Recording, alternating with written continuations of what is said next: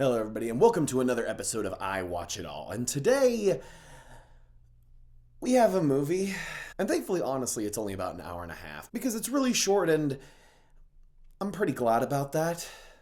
Today's movie is Artemis Fowl, the new movie by Disney. For those who've never read the books, Artemis Fowl is a criminal mastermind child who teams up with a bunch of fairies and dwarves and elves and blah blah blah blah blah blah blah to basically engage in heists of mobsters, of other mythical creatures, etc, etc, etc. It's essentially Ocean's 11 but with like fairy tale creatures. And this adaptation of it is just not good. It's very, very bad, honestly. It's terrible. First off, let's talk about the positives. The guy who plays Butler is very well cast because Butler needs to be this physically imposing kind of guy but also have a sort of gentlemanly air to him, and the guy that they got for this role is really damn solid. However, they didn't quite make him physically imposing enough. There's a scene in the movie where there's a fight with a giant troll and it takes like an entire team effort to take the thing down, whereas from what I remember of the book, the Butler basically handles the troll by himself. Like, the dude is ripped beyond belief. On top of that, the fairy city that they show underground, it looks cool, but they only show like a very small fraction of it, so it's kind of low in scope. They got parts of the siege of the Fowl Manor correct, though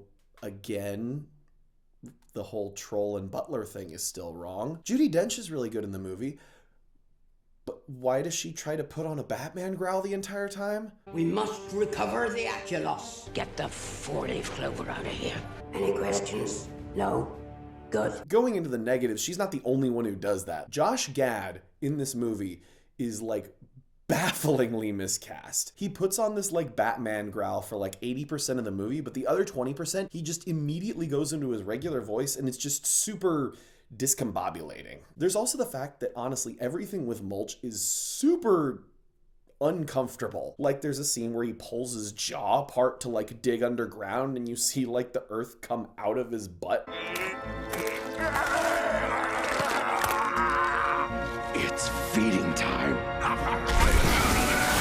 Honestly, if you thought the imagery in Cats was disturbing, this was way worse. On top of that, the writers seem to not understand one of the most important parts of the Artemis Fowl books, specifically the first one. Because in the movie, the kid's trying to save his dad because there's this whole framing thing with an artifact. In the book, the kid's the one who steals the artifact and basically wages war against these fairies to keep a hold of it. For that reason, I honestly think Disney wasn't quite the right company to handle this source material. Artemis Fowl is honestly a much darker character than they portrayed him. In the books, Artemis Fowl is essentially like Jimmy Neutron, but like lawful evil. On top of that, it kind of looks like every kid's fantasy movie ever made. Like, it looks like a mashup of like Spiderwick, Bridge to Terabithia, and the Jim Carrey series of unfortunate events. I don't know why that's the aesthetic we're going for with every kid's fantasy movie, but stop.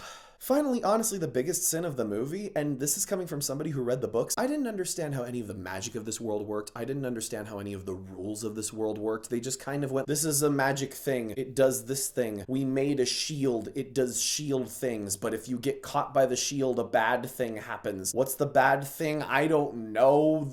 Thing.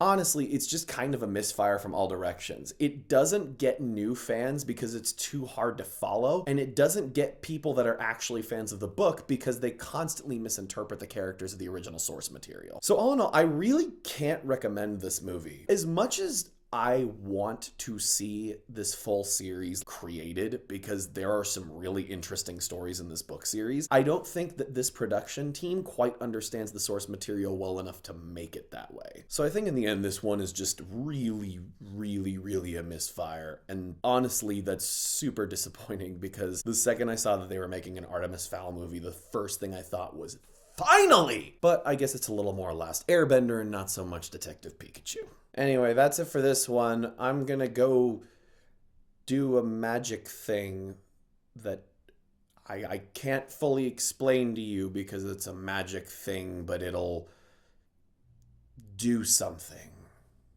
I don't know. Bye. Thank you for watching this video. Please be sure to like, comment, subscribe, and ring the bell.